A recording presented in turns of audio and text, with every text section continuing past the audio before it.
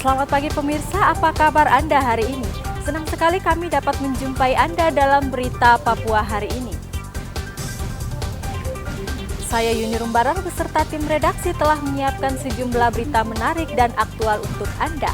Berikut 3 berita utama.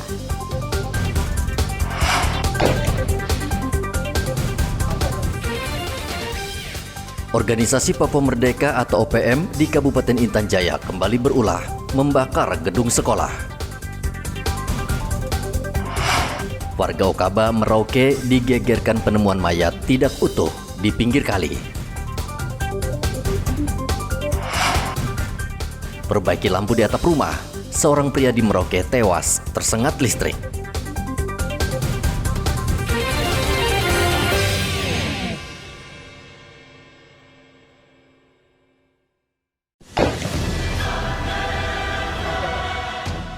Organisasi Papua Merdeka atau OPM kembali berulah di Kabupaten Intan Jaya, Provinsi Papua Tengah. Kelompok itu membakar gedung sekolah dasar negeri Impres Pogapa yang berada di distrik Homeo, Rabu kemarin. Polisi yang tiba di lokasi tidak bisa berbuat banyak karena api sudah membesar. Ditambah lagi tidak ada mobil pemadam kebakaran di kabupaten itu.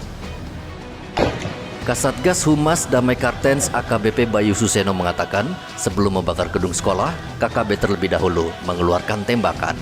Rabu, tanggal 1 Mei 2024, sekitar pukul 08.00 waktu Indonesia Timur, telah terjadi pembakaran sebuah SD di distrik Homeo. SD tersebut yaitu SD Negeri Impres Pogapa. Diduga pelakunya merupakan kelompok KKB pimpinan dari Undius Kogoya.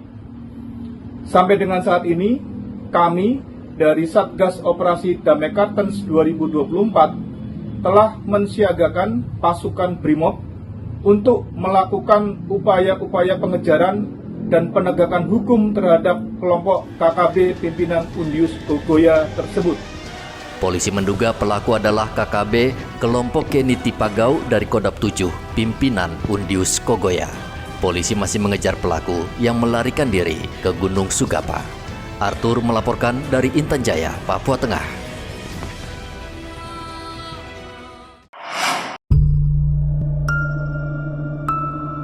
Sesosok mayat ditemukan di Kaliyou, distrik Okaba, Kabupaten Merauke, Papua Selatan. Mayat ditemukan seorang warga yang kebetulan melintas dan langsung melaporkannya ke polisi. Polisi menduga mayat tersebut adalah korban tenggelam, namun polisi sulit mengidentifikasi karena kondisi tubuh sudah rusak. Asal-usul korban belum dipastikan karena polisi masih menyelidiki identitas mayat. Kejadian itu terletak di Kaliyou dan jenazah atau mayat yang ditemukan sudah kondisi membusuk dan bahkan kepala sudah terlepas dari badan, tetapi masih satu tempat. Nah, kemudian ciri korban ini merupakan masyarakat Nusantara, ya. Namun belum ditahu persis karena yang bersangkutan ini tidak memiliki identitas pada badannya ditemukan atau di sekitarnya, tidak ada sama sekali. Nah, sehingga Polsek Okaba setelah ada laporan itu menuju ke TKP bersama dengan anggota Babinsa dan juga dokter.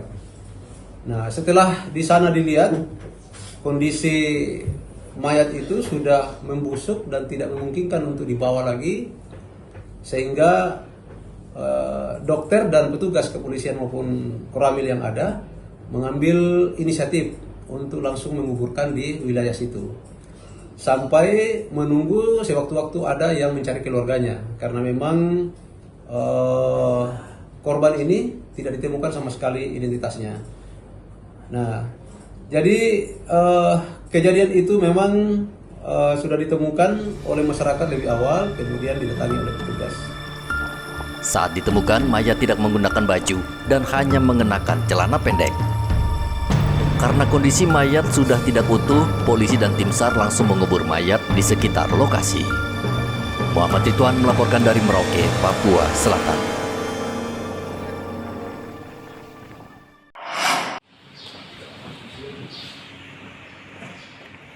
Seorang wanita di Sentani, Kabupaten Jayapura, dikeroyok temannya. Pengeroyokan itu dipicu masalah asmara.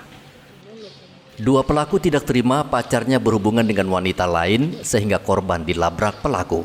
Polisi bergerak cepat dan menangkap dua pelaku.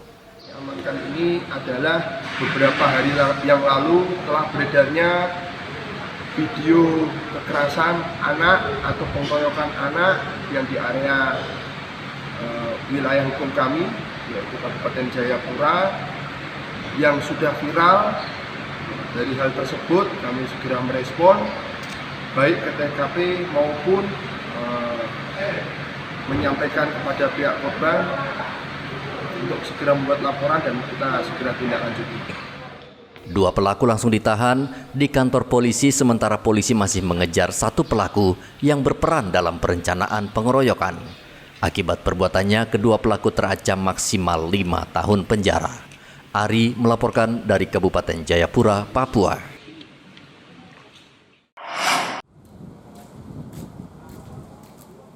Rumah Sakit Umum Daerah Merauke tidak berhenti menerima pasien demam berdarah.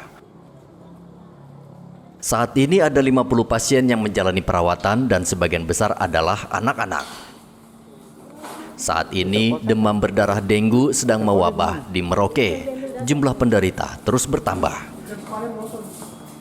Saat ini pasien menjalani perawatan dengan baik di rumah sakit, namun RSUD Merauke mengalami kesulitan untuk mendapatkan darah karena ketersediaan darah di Palang Merah Merauke kosong.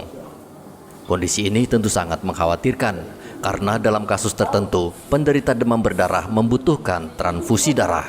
Kasus demam berdarah di Kabupaten Merauke, kasus tetap ada. Sejauh ini sekitar 50-an kasus terjadi pada anak-anak dan sekitar 20-an terjadi pada orang dewasa. Ya, puji Tuhan sampai saat ini selama bulan April tidak ada pasien yang meninggal. Semua bisa terlayani dan semua bisa diobati dengan baik. Demikian. Itu sebagian besar dari wilayah mana pasien-pasien itu, Dok? Artinya memang dari Merauke apa memang di distrik lain? Iya, untuk pasien kebanyakan dari Merauke ya, karena rujukan yang kami terima tidak ada dari rumah sakit luar atau dari puskesmas. Kebanyakan pasien-pasien dari dari area sekitar Kota Merauke. Dok, dalam penanganan kira-kira apa hambatan dialami oleh medis di rumah sakit? Mungkin ada kekurangan obat kah, atau apa seperti itu? Biasanya karena pasien-pasien demam berdarah kebanyakan yang terjadi adalah mereka perlu untuk transfusi trombosit. Nah, itu yang memang kadang-kadang menjadi kendala terkait ketersediaan trombosit yang ada di unit transfusi darah atau PMI ataupun di bank darah rumah sakit. Untuk itu, Rumah Sakit Umum Daerah Merauke mengimbau masyarakat mengambil langkah pencegahan dengan menjaga kebersihan lingkungan, karena mengobati biayanya akan lebih mahal dan sangat beresiko tinggi. Muhammad Ridwan melaporkan dari Merauke, Papua Selatan.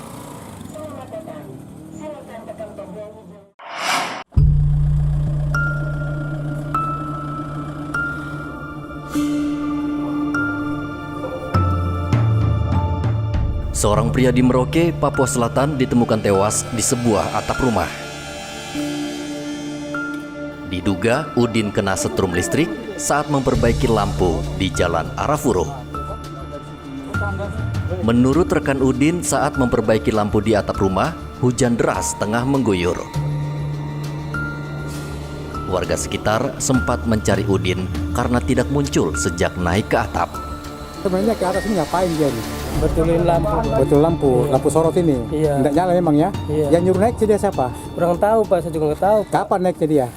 Saya kurang tahu juga Pak, kalau begini posisinya. Jam berapa tadi itu? Saya sekitar jam 11:30. Habis maghrib. Di mana ketemunya? Di rumah sini dia ambil tangga. Ambil tangga yang mana? Sekarang tujuh. Ambil tangga yang ini. Ya, terus Saya setelah itu, tawarin makan, dia nggak mau, langsung keluar begitu saja. setelah itu Sudah saya nggak ketemu lagi. Evakuasi korban pun dari atap rumah cukup dramatis karena ketinggian yang mencapai 6 meter. Jenazah Udin dibawa ke rumah sakit untuk memastikan penyebab kematiannya.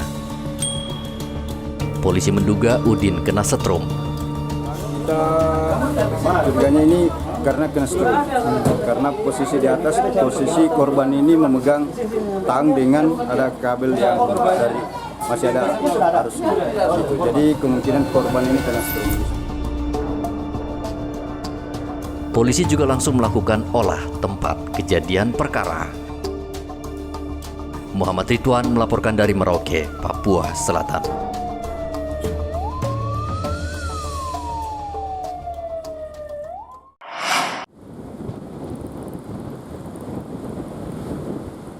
Seminggu terakhir, cuaca buruk melanda perairan selatan Papua. Ketinggian ombak mencapai lebih dari 2 meter dan kadang disertai hujan dan angin. Kondisi cuaca seperti ini mengakibatkan sejumlah nelayan di pesisir pantai Lampu Satu dan Binaloka Merauke tidak berani ke laut mencari ikan. Keengganan nelayan mencari ikan berdampak terhadap harga ikan di pasaran karena pasokan ikan menjadi berkurang. Seperti yang terlihat di Pasar Wamanggu, Merauke, banyak lapak pedagang ikan yang kosong. Pedagang untuk sementara tidak menjual ikan laut karena tidak ada pasokan ikan dari nelayan. Ombak juga nih? Ombak, dari penggaling itu dapat sedikit. Dapat sedikit saja. 5 tali, 10 tali, 20 tali. Tapi harga ikan sekarang bagaimana?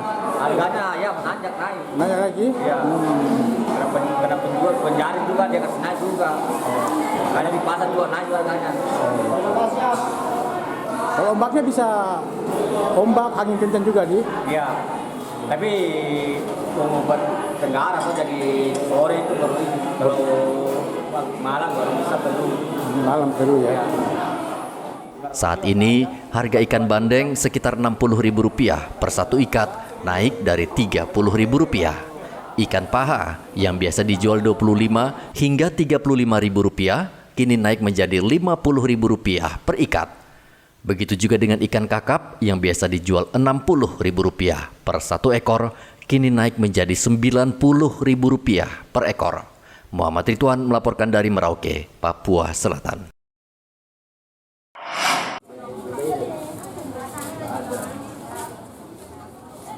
Harga gula pasir saat ini tengah melonjak. Seluruh daerah di Indonesia, harga gula pasir mengalami kenaikan yang bervariasi. Di Merauke, Papua Selatan, harga gula pasir sekitar Rp21.000 per kilogram, naik dari Rp17.000 per kilogram. Kenaikan harga gula pasir sudah terjadi sejak memasuki bulan suci Ramadan dan hingga saat ini belum ada tanda-tanda turun. Permintaan yang tinggi untuk Lebaran menyebabkan pasokan gula di pasaran berkurang sehingga memicu kenaikan harga.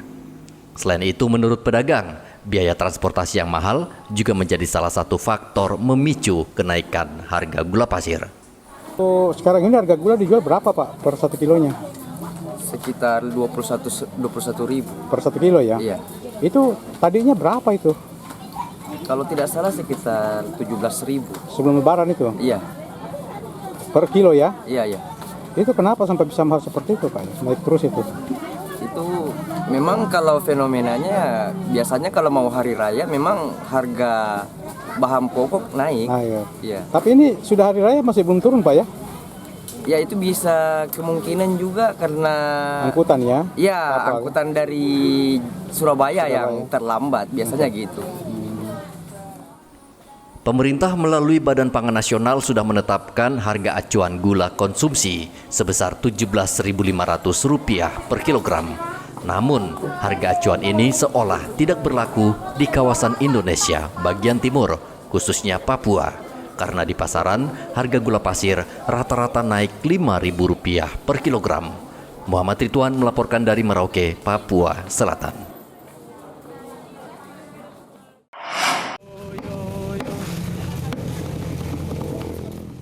Pemerintah Kota Jayapura melalui Dinas Pemberdayaan Masyarakat Kampung meresmikan gedung serbaguna kampung dan 5 rumah layak huni di Kampung Hol Tekam, Kota Jayapura, Papua.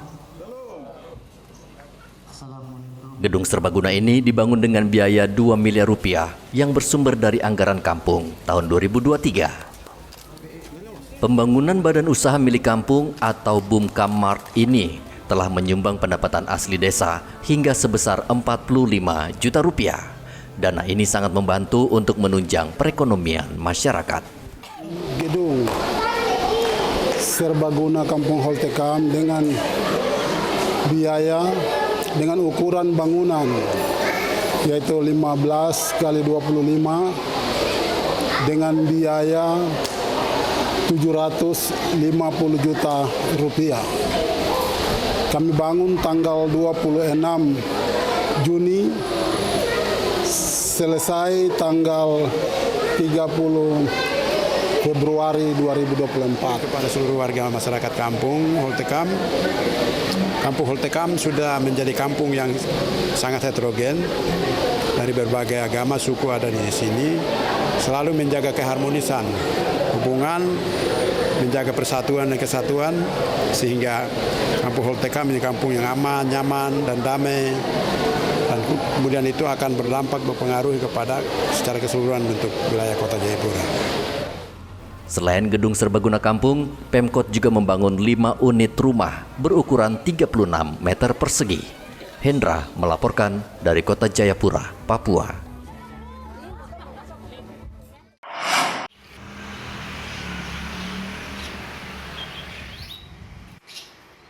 Sujarwo, pria berusia 25 tahun ini, sudah berjualan burung di Mimika selama 7 tahun. Berbagai jenis burung dijual Sujarwo dengan harga bervariasi, mulai dari Rp100.000 hingga Rp5 juta. Burung perkutut hingga burung cinta dijualnya di pinggir jalan. Yang paling mahal burung apa ini? Itu perkutut. Yang paling murah ada yang 100. Itu paling murah sudah. Yang paling mahal tadi 300 ya? 300, ada yang burung kontes ya sampai jutaan. Berapa? 5 juta juga.